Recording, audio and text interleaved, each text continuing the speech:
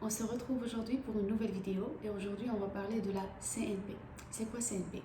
Classification nationale des professions.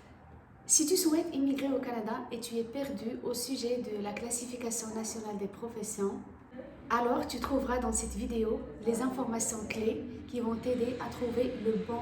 CNP, c'est l'abréviation de Classification nationale des professions.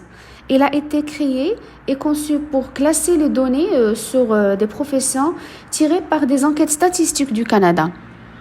Donc, il y a plusieurs niveaux. Il y a niveau de compétence 0, A, B, C et D selon le besoin du Canada. Pour trouver votre code exact, il suffit juste de cliquer sur le site web de la profession. Voilà. Écrire votre poste. Si il est simple, vous le mentionnez seulement, mais des fois, on ne trouve pas la même appellation. Donc, par exemple, ici, comptable, c'est le code 1111. Il fait partie de la catégorie A. D'accord? On cherche un autre. Par exemple, infirmier.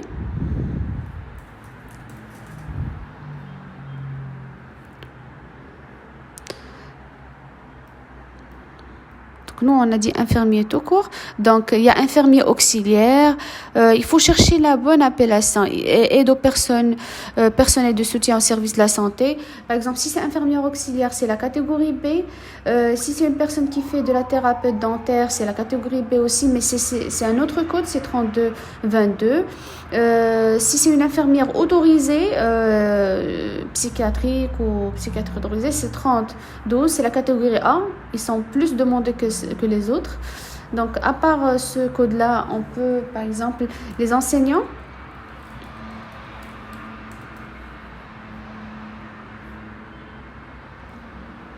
Les enseignants, vous allez trouver l'enseignant au niveau secondaire, au niveau primaire, présecondaire, aide enseignante. Donc, si on est en train de chercher notre profession, notre CNP, il faut vraiment mettre le code exact. Si on est au secondaire, c'est 4031, ça fait partie de la catégorie 0, A, pardon. Ici, c'est aussi A. Mais si on est aide enseignante, c'est juste la catégorie C. Voilà, qu'est-ce qu'on fait aussi, par exemple, dans le secteur commercial. Si vous êtes un directeur commercial, par exemple, vous mettez juste le mot-clé. Voilà, ici, il y a directeur commercial. Nous, on a dit directeur commercial, on l'écrit.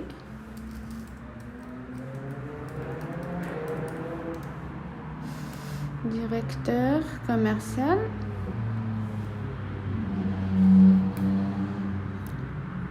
Donc ici, ils ont écrit directeur, service administratif. On va vérifier si c'est le même ou non. Non, ici, voilà, directeur commercial. Il y a plusieurs appellations qui peuvent, c'est-à-dire directeur de gestion de stock, directeur du contrôle matériel. Ici, quand on entre dans le code, on trouve plusieurs appellations qui peuvent être affectées à ce code-là. Et c'est-à-dire les tâches et responsabilités, qu'est-ce qu'un directeur peut faire, planifier, organiser, diriger, contrôler. Il faut lire ça et et savoir si c'est vraiment ce que vous faites ou non. Les conditions d'accès à la profession. Donc, par exemple, moi, je suis directeur commercial, mais je n'ai pas de diplôme. C'est pas cohérent pour le Canada.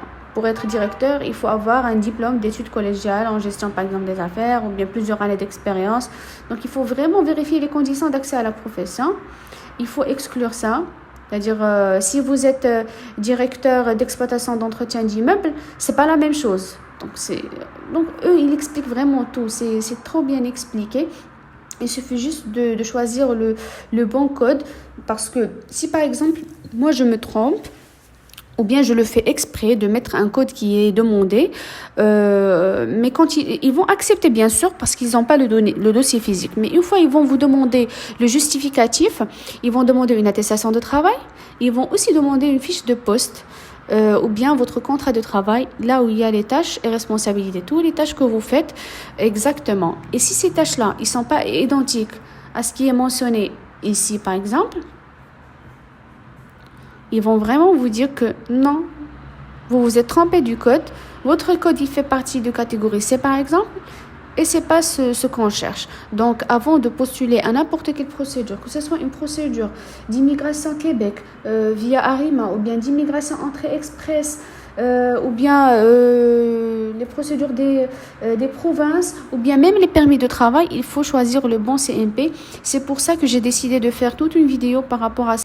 J'espère que cette vidéo vous a été utile et je vous dis à très bientôt. Au revoir.